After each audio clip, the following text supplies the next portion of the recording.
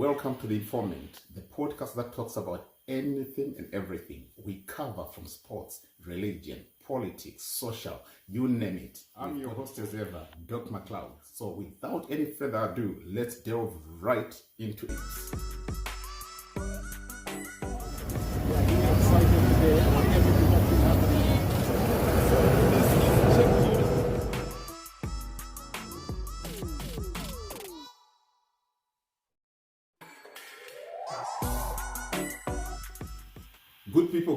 Good people, I hope I find you well. Right. This is the channel of truth, the informant, the channel that brings you the news. Listen to this. I know many people were looking forward to tomorrow after the call to gather by the sort of like exiled or hidden Blessed Runesu bombshell Geza. People were meant to be meeting at Africa Square. Like I told you, that's security on the ground, TTT. And one thing that I would want you to know, you use emotions in this game, you will hate the right people. Let me tell you. You use emotions in this game, you will also hate to hear the truth. But if you don't get the truth and use emotions, you are bound for failure in this game, big time. I told you the match wasn't going to be a success. Simple reasons, the way the match was called for. It did not engage the right players. It did not engage the expected players.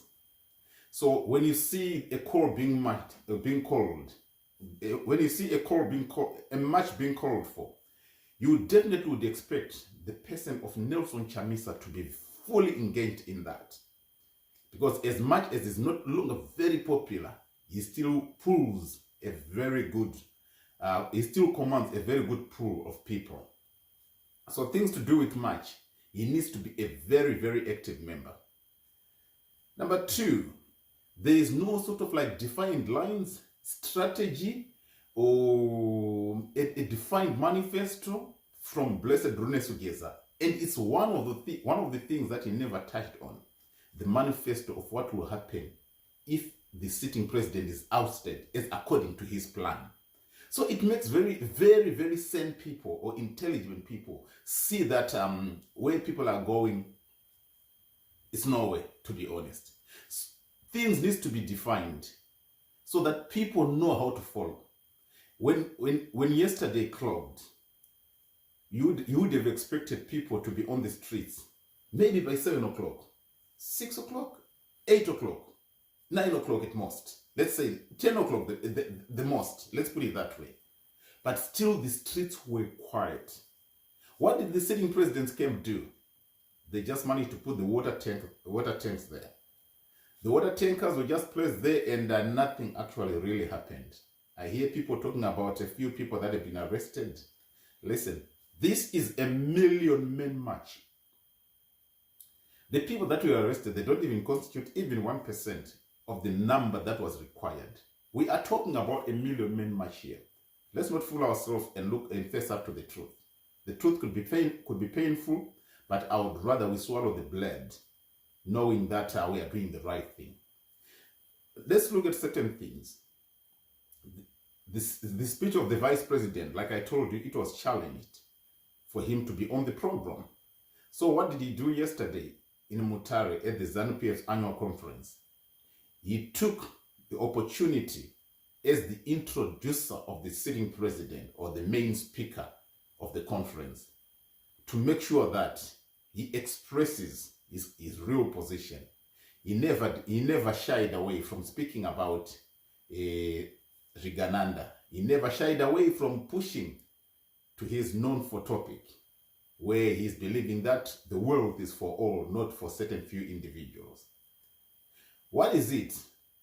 Most people were online yesterday, especially the bloggers and the media houses, talking about a lot of things because people were trying to look for action, people were trying to see where the commands were going to come from. But if you look at it, there's something that I want you to note. This is a ZANU-PF annual conference, and I want this to make sense in many people's head. Henceforth, most of the time, I don't want to speak to people that use emotions or share information to people that use emotions. This is a ZANU-PF annual conference. Did you see that the top brass of the army was there? Did you see that the top brass of JOC was there? Ask yourself critical questions. What is the JOC leadership doing at the annual conference of ZANU-PF? If that can ring a bell to you, then it shows me that you are reasoning. You are thinking straight. People like General Valerio Sibanda, he is not ZANU-PF. And according to what I know from within the Constitution, no civilians are allowed at party conferences. Let's assume Chamisa had a party active right now. Would you expect those people to go and sit on their forehead like they did at ZANU-PF? No and never. What does it mean? It actually expresses the current political position of Zimbabwe. When I say opposition will not do nothing, people always come and ridicule me. At one point, Valerio Sibanda wanted to be promoted into ZANU-PF. The regional constitution never allowed for that. To say a member of a civilian member be promoted into a political party. Because the civil servants are supposed to be independent of political parties. They serve the government. This is not a government annual party. This is a ZANU-PF annual conference. So the wrong people, according to people that don't know politics, were present at a political party conference. Ask yourself questions. So when you go on the streets, when you do shouting and when you oppose ZANU-PF, and then you point fingers at me and say, Uyu Murakashi, let me ask you a very simple question. So that instead of Murakashi, uya politics. Give credit where it's due. ZANU-PF and the powerful institutions of Zimbabwe, they are one party. Take it or leave it. It's just but the painful truth. So when you take it to the streets, who are you expecting to defend you? From who? And for what reason? Do you know the ousting of ZANU-PF could spell the end of their jobs? Why? Because when a leader steps in, he's got the powers as the chief army commander to run changes from within those systems. Let's take, for example, Nelson Chamisa steps in. Obviously, he's not going to be trusting the person of Valerio Sibanda because you've seen it on public domain, public forum, that he attends ZANU-PF meetings. At one point, he wanted to be promoted within the ZANU-PF ranks. And rumors also has it that is also the preferred candidate of the sitting president. So when you say ZANU out, in your normal senses, to those that just write, in your normal senses, instead of you writing what you write about me, write what you think about yourself if you're in the straightest of thinking of your mind. Do you think those people are ready to lose their jobs? They are not. So what are the institutions doing? They are saving the master party. Everyone who went to war, 99.9%, after the unit accord, they are regarded as ZANU. Yes, we've got the ZANULA and we've got the ZIPRA, but they are regarded as ZANU-PF. So whatever is happening, you can make noise, you can shout, you can scream, you can scold, you can do whatever you want to do. But this is the painful truth that I'm saying to people that are ignorant when it comes to things about politics. Steadiness and understanding of politics also calls for people that will engage with you. I have realized that. When I say these things, it is the empty vessels that write nonsense. The people that know politics, they engage. And I now know the people that know politics. They engage, they follow up, they comment right, they want to know more. And there's one or two things you tell them that you don't tell the public. I have now also managed to get the dossier from the vice president's camp, which has nothing to do with all these dossiers that we've been talking about. And this one is new. And this will shock you. You know, this is the only channel where you hear the truth. If you don't get the truth come from this channel, I don't know where you'll get it from. I have seen some channels singing and composing songs. Tongo gara uya uone. I've heard all that. It's this young brother of mine who runs the Zimu FC. He loves that song. Songs have been written and songs have been sang about the liberation struggle, the people that have gone before us, you know, the Mbuyaniandas, the Sekuruka Guvis, all those people. But here is a shocker just to the general populace. And it's in the VP's camp in dossier. The Tongo Gara guy, did you know that his wife is still alive? Oh yes, I'm saying it as it is because I saw it in the dossier. Tongo Gara's wife is still alive and is not to this very day recognized. That's why nobody knows about it or talks about it. So these are the facts that are waiting to be released to the people from the VP's camp as they address their anger and fight and push for their drive and push for the drive to fight the Riganandas. Tongo Gara's wife, I repeat and I reiterate, she is still alive. And where is she? She's barely living within the avenues. She lives in the avenues.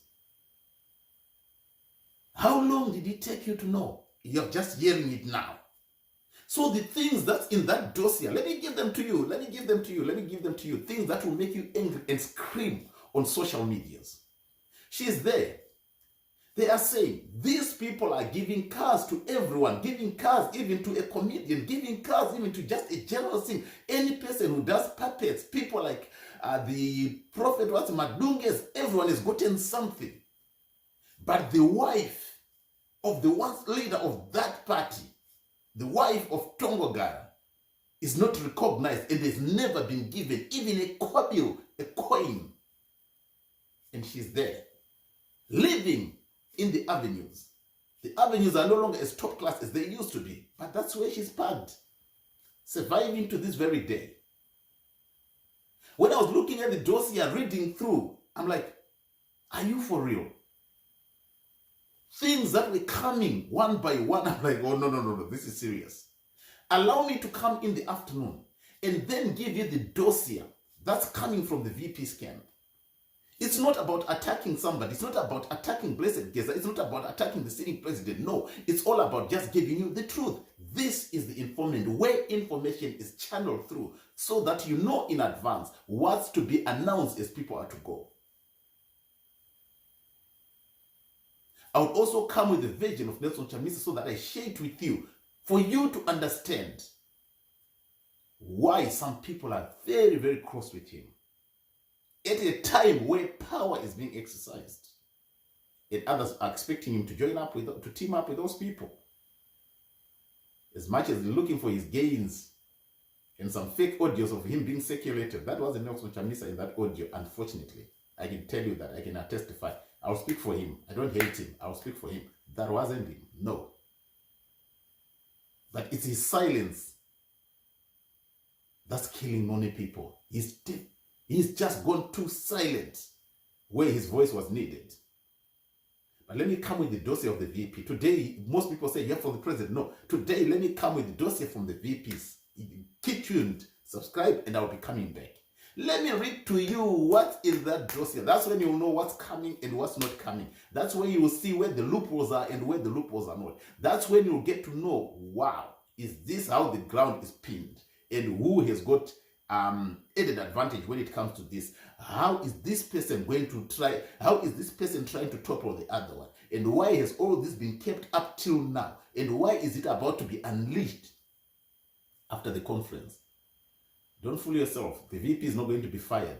The sitting president's camp is going to manage the VP as they go. But for now, subscribe, tune in, and I'll be coming with the dossier. Wait. It's fireworks. It's crackers. I'm out for now. Enjoy your day.